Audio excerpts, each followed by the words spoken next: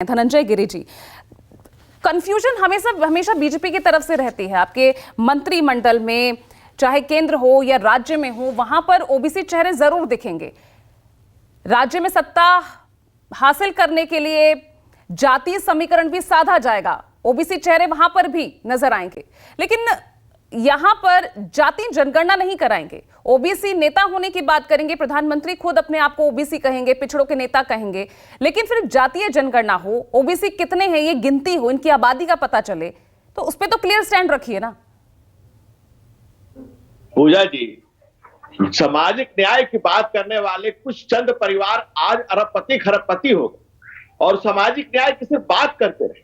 जो पिछड़ों को पांव पोछ समझने वाली कांग्रेस आज परेशान है, क्योंकि पिछड़ों का बेटा आज प्राणपण से, पिछड़ों के परिवार का बेटा आज प्रधानमंत्री पिछड़ों को पहली पंक्ति में लाकर पहचान, प्रतिष्ठा, प्रगति के पथ पर अग्रसर करने को प्रतिबद्ध है।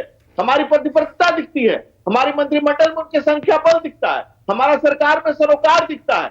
आज पढ़ाई हो या चमार, लोहार या कम्हार, कुम्हार या माली या दुनिया चमत्कार, स्वर्णकार, शिल्पकार, विश्वकर्मा की संतान हो या बुनकर का परिवार, खिलौनों का अंतर्राष्ट्रीय पहचान, कारीगरों के कुंभकार, शिल्पियों के शिल्पकार, कृषकों के कर्णधार, मजदूरों के मन की आस हो या धोबी, अंग्रेज या किसान, सबके राजमिस्त्री का परिवार हो, हर पिछड़े के प्राण में बसे पिछड़ों के जिस प्राणपण से प्रयास करते प्रधानमंत्री, उनकी प्रतिबद्धता और उनकी जिजीविका झलकती है।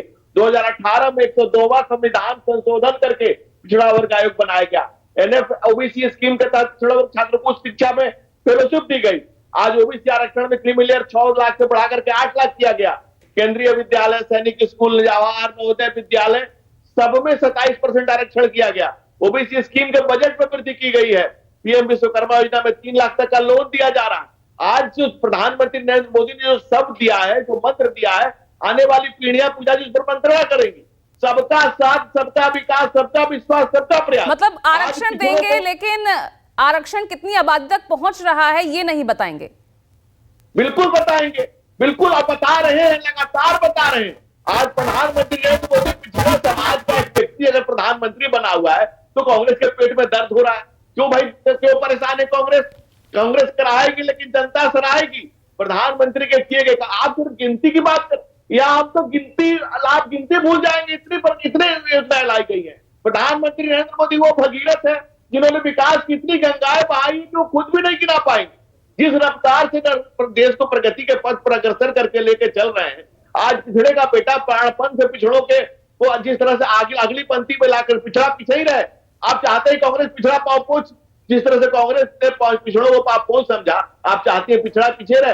अब पिछड़ा पीछे नहीं रहेगा, उसके परिवार का सदस्य पिछड़ा पीछे ना रहे, उस तक सभी योजनाओं का लाभ उस तक पहुंचे, आरक्षण का लाभ उस तक पहुंचे। इसीलिए कांग्रेस जातीय जनगणना की बात कर रही है ना।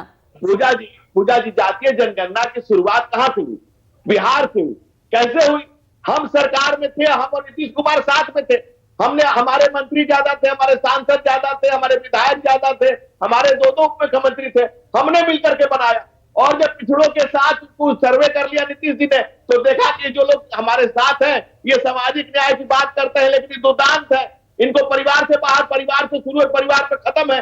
वापस नीतीश जी हमारे साथ आ गए कि भाई पिछड़ों का प्रणेता, इस राष्ट्र का नेता, इस राष्ट्र का नायक नरेंद्र मोदी से बड़ा जो पिछड़ों के लिए। उस वक्त तो आप बिहार के जातीय सर्वे पर सवाल उठा रहे थे, तुष्टीकरण की राजनीति का आरोप लगा रहे थे।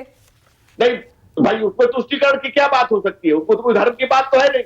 हम जातिगत जनगणना में उनके साथ थे और जातिगत जनगणना करने के बाद नीतीश जी ने देखा कि भाई पिछड़ों का कल्याण कौन कर सकता है, तो वापस आ गए।